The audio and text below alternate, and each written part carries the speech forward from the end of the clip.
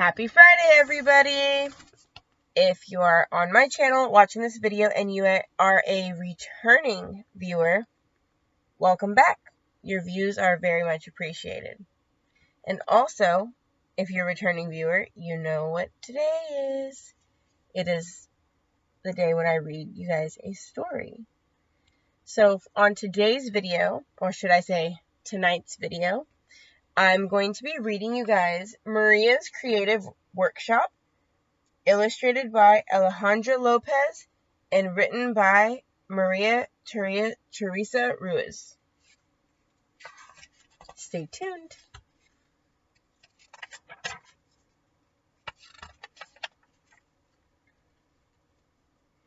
Maria was a dreamy girl with bright eyes and long braids that moved from side to side when she walked. She lived with her mother in a house that was not very big, but sometimes seemed immense because she had no one to play with.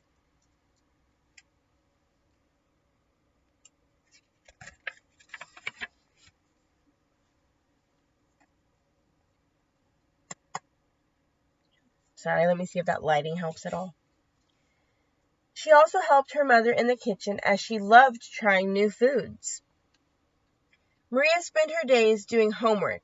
She was very persevering, and she liked to learn. But some days she would spend hours just daydreaming. Her imagination was her best company.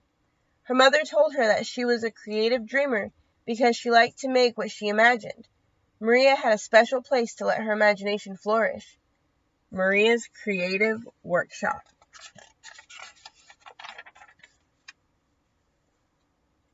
This workshop was just for her, and in it she could imagine, plan, and create.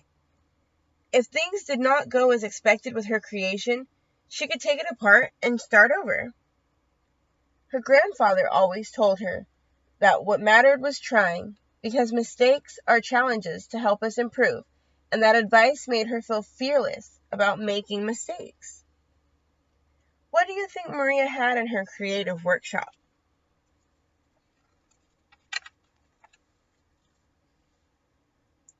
Well, in the workshop, Maria had papers of many colors, watercolors,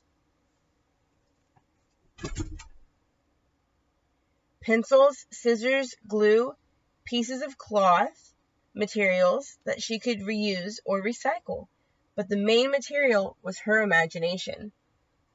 In that special place, she could imagine that she was a doctor and that she would help people, or that she was a teacher and would teach the little ones.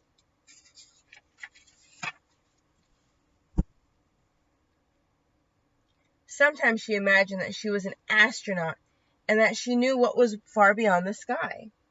However, what she most liked to imagine was being an engineer, because that way she could build, repair, and invent new things.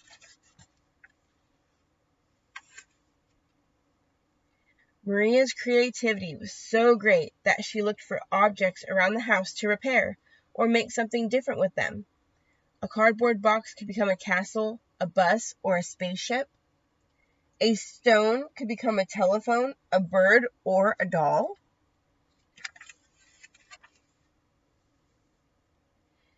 A plastic cover could become an airplane, an insect, or perhaps binoculars to look far beyond the fence. One morning, Maria woke up very early. She felt that it would be a special day. Her mother sent her to organize the cave. She called it that because it was a very dark place in the house, almost like a basement, but small. Maria didn't like going in there because it was dark, and she thought there were cobwebs and spiders. But she overcame her fears, plucked up her courage, and she opened the door.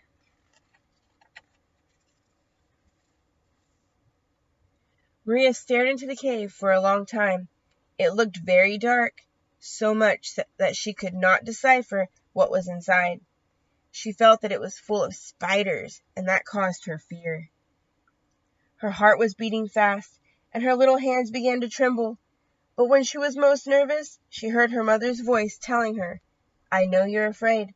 It's a feeling that we sometimes have when we face something unknown or dangerous. and this feeling can paralyze you. When you feel nervous, take a deep breath, so deep that your belly rises. Then exhale the air through your mouth, and that will calm you down.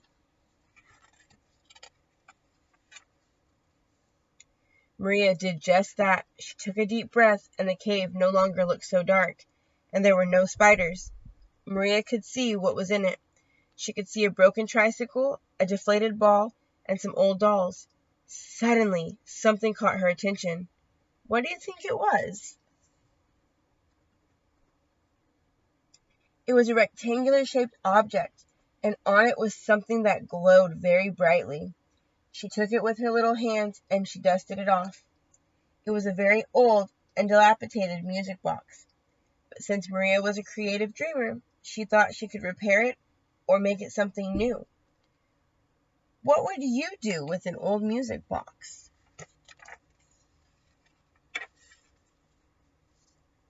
Maria brought it to her favorite place, Maria's creative workshop. There she cleaned it and began to take it apart to try to understand how it worked.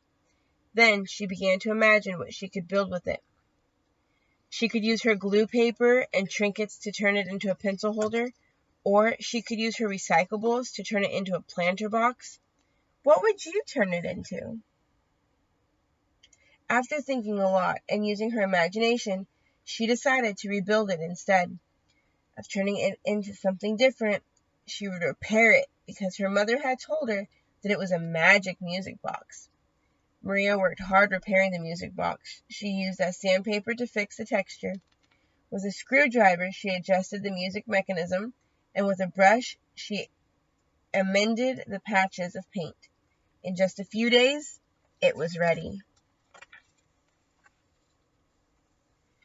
Maria used her engineering skills to repair the music box, her creativity to select the materials she would use, and her imagination to put the finishing touch on her project. A shiny brooch that her grandmother gave her that now served as a crank to turn on the music. Maria took the music box, and with a proud expression, she looked for a special place in her workshop where she would put all the finished projects, or at rest projects, as she says. As she placed the box on the shelf, she felt the box move and saw it reflect a special glow. Maria was surprised but said nothing. Was it really a magic box? What do you think? The end. Thank you so much for watching this video. Your views are very much appreciated.